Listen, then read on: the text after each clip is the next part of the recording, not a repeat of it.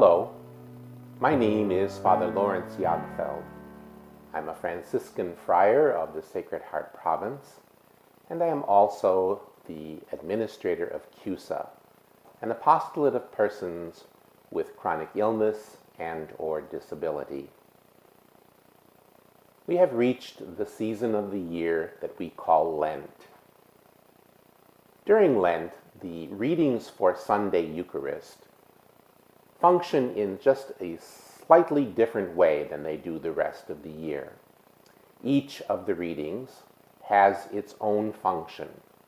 So, for instance, the first reading, or the reading from the Hebrew Scriptures, will present us with an image or a foretelling of the Christ event, the passion and redemptive suffering of Jesus. The second reading, which comes from the letters of St. Paul, will tell us how we, as Christian believers, can participate in that event through baptism and our sacramental life. The Gospels for the Sundays of Lent are completely different than any other Sunday. We don't read in a continuous fashion from any one Gospel, although this year almost all of the readings will come from the Gospel of St. Luke. Traditionally, the first Sunday of Lent, the Gospel, is the story about Jesus' temptation in the desert. The Gospel for the second Sunday is the Transfiguration event. The Gospels for the third, fourth, and fifth Sunday speak to us of God's mercy and compassion as it is embodied in Jesus. The last Sunday of Lent, Passion Sunday, is the Sunday in which we recall Christ's death on Calvary. So the first Sunday of Lent. The first reading comes from the Hebrew Scriptures of Deuteronomy. And we hear a creedal statement, a statement of who these people believe they are.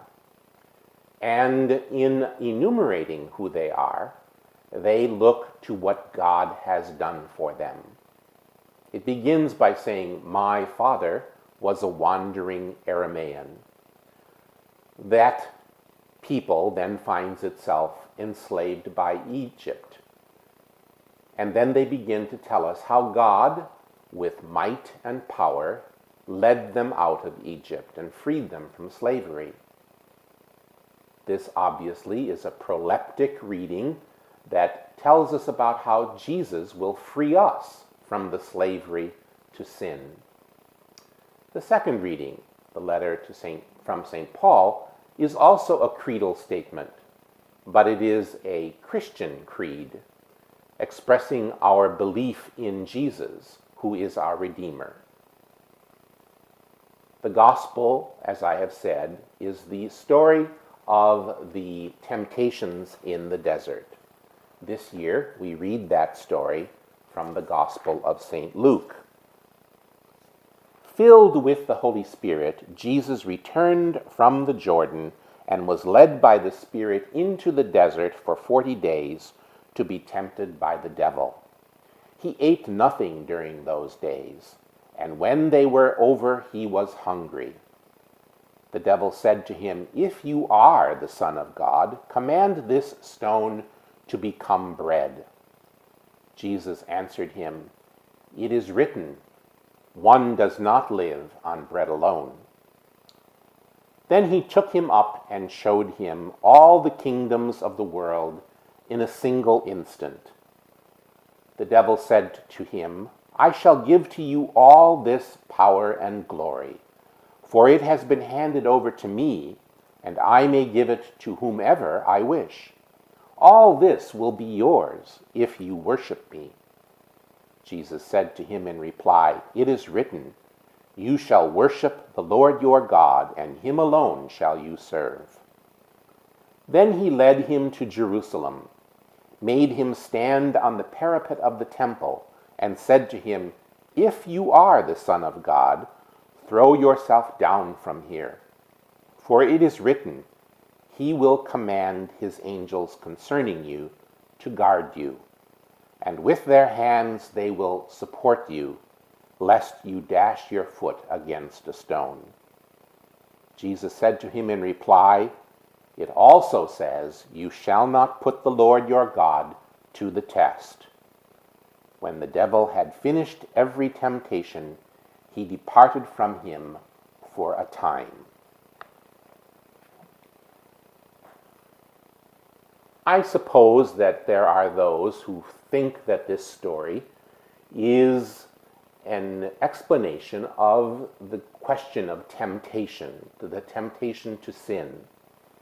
And in hearing this story about Jesus, people begin to think, well, if Jesus could stand up to these temptations, then I should be able to do so as well.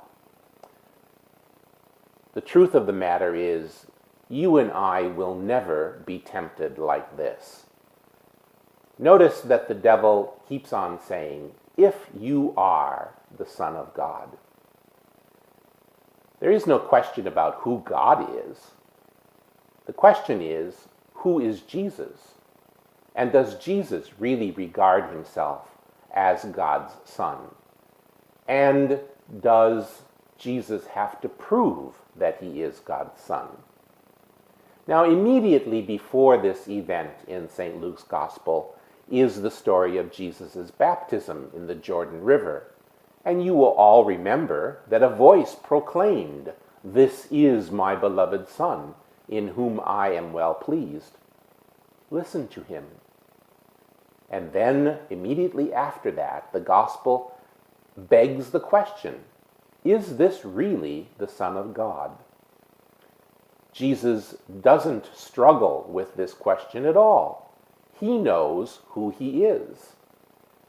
And using the scriptures, he turns the contest back to the devil and challenges the devil in his answers. He answers him point for point. When the devil quotes the Bible, Jesus quotes right back to him. The scriptures today ask us, then, to ask this question, who are we? Just as Jesus knows that he is the Son of God, do we know who we are?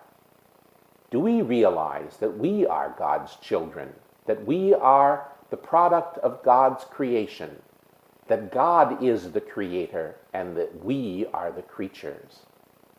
As we begin our Lenten journey, it's a very sober question to ask ourselves, because our culture is constantly looking for ways where we can gain more power, where we have more power over life and death, where we have more power over our environment, where we have more power over other peoples.